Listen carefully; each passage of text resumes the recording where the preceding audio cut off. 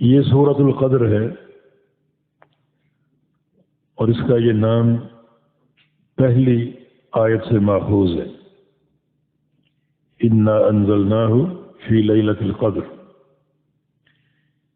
یہ سورۃ اللہ رب العزت نے مکہ مکرمہ میں نازل فرمائی اور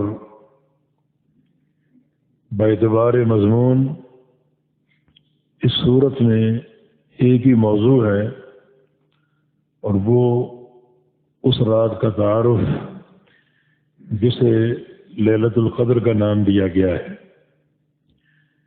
انا بے شک ہم نے، انزلنا اتارا ہم نے، یعنی ہم ہی نے، یہ تکرار تاکید کے لیے ہم ہی نے اتارا۔ دراصل مکی زندگی میں رسول اللہ صلی اللہ علیہ وسلم کو کفار قریش کی طرف سے مختلف الزامات کا سامنا کرنا پڑا۔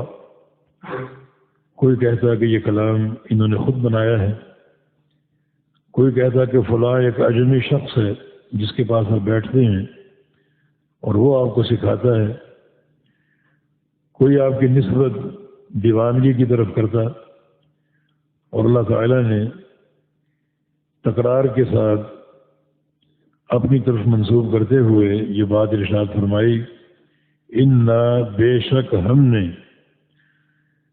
انزلنا اتارا ہم نے، ہم ہی نے اتارا ہے، ہو اسے، یہ ضمیر قرآن پاک کے لیے، یہ نہیں کہا کہ انا انزلنا القرآن،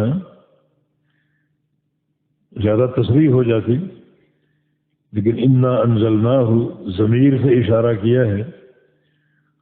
یہ بھی قرآن کی عظمت اور شہرت کی دلیل ہے کہ ذکر کے بغیر، نام کے بغیر بھی لوگ سمجھ جائیں گے کہ یہاں ذکر کس کا ہو رہا ہے۔ یہ قرآن پاک کی عظمت کی دلیل ہے۔